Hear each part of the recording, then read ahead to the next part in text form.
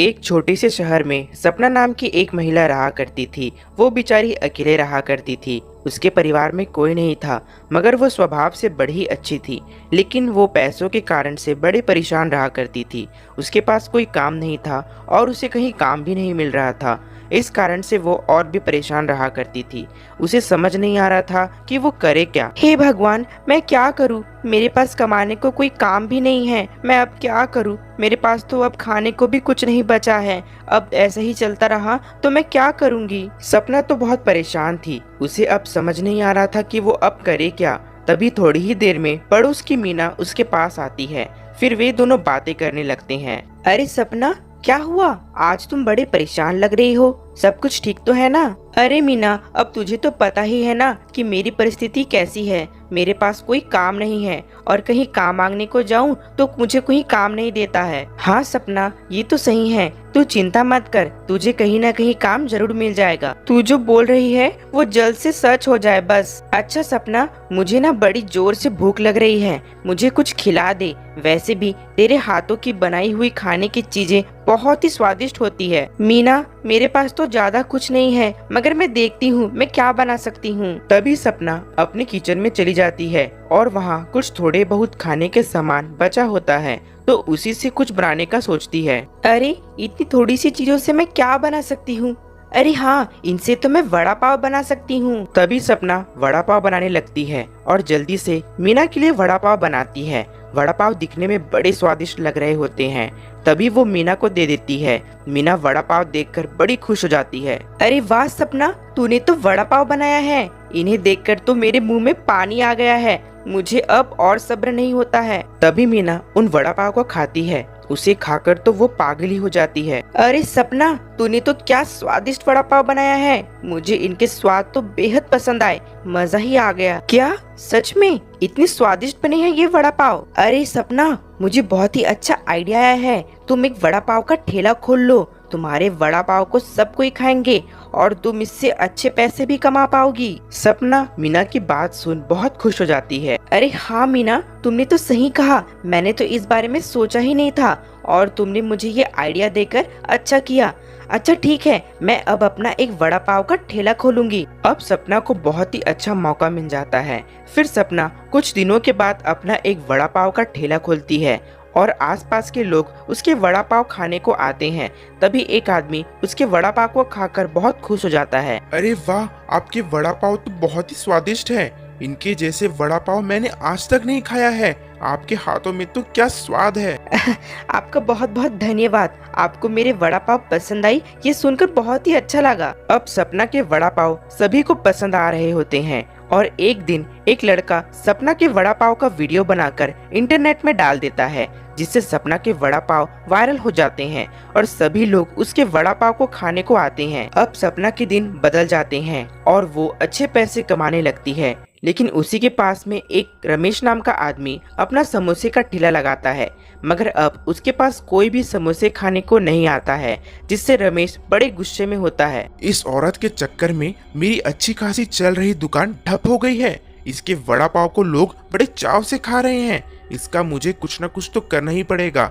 अगर इसका ठेला रहा तो मैं तो सड़क पर ही आ जाऊंगा। फिर रमेश एक गुंडे को बुलाता है और उसे पैसे देकर सपना को मारने को बोलता है। फिर वो गुंडा ऐसा ही करता है। जब रात को सपना अपना काम खत्म करके घर वापस जा रही होती है तो उसे वही गुंडा रोक लेता है। उसके हाथों में चाकू देखकर सपना घबरा जाती है। अरे नहीं, ये तुम क्या कर रहे हो? मैंने तुम्हारा क्या बिगाड़ा है? तुम मुझे क्यों मारना चाहते हो? मुझसे क्या दुश्मनी है तुमसे? तेरे वड़ा पाव के चक्कर में बाकी लोगों का धंधा भी चौपट हो गया है। बड़ा शौक है ना तुझे वायरल होने का। ले, अब तेरे मरने के बाद वायरल हो जाना। वो गुंडा सपना का एक नहीं सुनता है और उसे चाकू मारकर वहां से भाग जाता है। सपना जमीन पर तड़प रही होती है और उसे कोई नहीं बचा पाता है। बेचारी वहीं तड़प तड़प कर वहीं मर जाती है। मरने के बाद सपना एक चुड़ैल बन जाती है। मेरे वायरल होने की वजह से लोगों को इतनी चिढ़ हो गई कि मुझे मरवा ही डाला। ये सोच रहे हैं कि ऐसा करने से इनकी मुश्किलें खत्म हो गई है। नहीं, बिल्कुल भी नहीं, मैं नहीं रुकने वाली हूँ और मैं अब मेरे हत्यारे का पता लगा कर रहूंगी। अब चुड़ैल अपना भेष बदल लेती है और अपने घर चली जाती है। फिर हमेशा की तरह अगले दिन वो बड़ा पाव का अपना ठेला लगाती है और ये देख रमेश को समझ नहीं आ रहा होता है कि ये हो क्या रहा है। उस गुंडे ने तो बोला था कि वो इस वड़ा पाव वाली को मार डाला है, तो फिर ये यहाँ क्या कर रही है? और इसे देखकर तो नहीं लग रहा है कि इसे किसी ने मारा है। आओ आओ, मेरे वायरल वड़ा पाव खाओ। इतने अच्छे वड़ा पाव आज तक किसी ने नहीं खाया होगा। चुड़ैल तो अब अपने वड़ा पाव को अच्छे से बेचने लगती है और इतने भीड़ को भी अच्छे से संभाल रही होती है। ये देख रमेश अब और भी चिढ़ जाता है। आज तो मैं इसका पता लगाता हूँ कि ये आखिरकार कर क्या रही है और उस दिन ये बच कैसे गई। तभी रमेश सपना के पास जाता है और उससे कुछ अजीब से सवाल पूछने लगता है। अरे वाह जी, आपके वड़ा पाव तो बड़े ही अच्छे तरह से बिक रहे हैं और हर कोई आपके पास ही आ रहा है। हमारे पास तो एक मक्खी भी नहीं आता है। जी ऐसी बात नहीं है, बस अब लोगों को मेरे वड़ा पाव इतने अच्छे लगने लगे हैं कि अब मैं करूं क्या। जी ये तो अच्छा है कि आपका तबीयत ठीक है, कहीं आपको चोट वगैरह तो नहीं आई है ना? रमेश के अजीब से सवाल को सुनकर अब उस चुड़ैल को अजीब लगता है और शक होने लगता है। जी हाँ, मैं तो बिल्कुल ठीक हूँ। क्या हुआ? आप ऐसे सवाल क्यों पूछ रहे हैं? कुछ हुआ है क्या जो मुझे नहीं पता है? अरे नहीं नहीं, मैं तो बस ऐसे ही पूछ रहा था और कुछ नहीं, आप अपना काम करिए। तभी रमेश वहाँ से चला जाता है। अब चुड़ैल को पूरी तरह से रमेश के ऊपर शक होने लगता है। मुझे तो लगता है कि इसी ने मेरा हत्या करवाया है, क्योंकि यही मेरे ठेले के पास अपना ठेला लगाता है और इसने मुझसे आज अजीब सा सवाल भी कर रहा था। मुझे तो लगता है कि ये मेरा हत्यारा है। आज रात को मैं इसे बताती हूँ। अब चुड़ैल को रमेश के ऊपर शक हो रहा था। फिर उसी रात रमेश अपने घर जा रहा होता है। तभी रास्ते में चुड़ैल सपना के रूप में खड़ी होती है। रमेश उसे देख उसके पास जाता है। अरे सपना, तुम इतनी रात को यहाँ क्या कर रही हो? तुम्हें घर नहीं जाना है क्या? अरे हाँ, मैं अपने घर ही जा रही थी कि आप मुझे रास्ते में मिल गए तो मैं रुक गई। वैसे मुझे आपसे कुछ पूछना था। हाँ पूछो, क्या हुआ?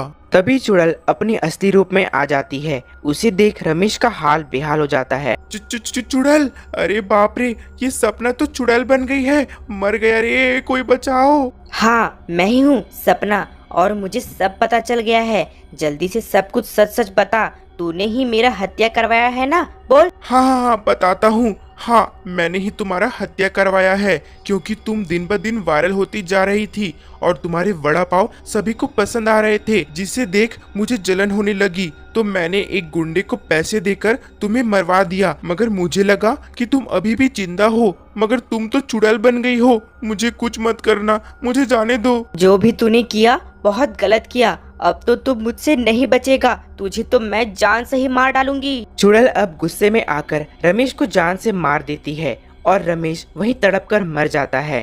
फिर अगले दिन से चुड़ैल सपना के रूप में अपना वड़ा पाव बेचने लगती है और किसी को भी चुड़ैल के ऊपर शक नहीं होता है और उसके चुड़ैल होने का राज राज ही रह जाता है और वो अपने वायरल वड़ा पाव बेचती है। आपको हमारी यह कहानी कैसी लगी कमेंट कर जरूर बताएं और ऐसी ही मज़ेदार कहानी देखने के लिए हमारे YouTube channel dream Hindi Toons को सब्सक्राइब करें, लाइक करें और शेयर करें। मिलते हैं आपको अगली कहानी के साथ, तब तक के लिए धन्यवाद।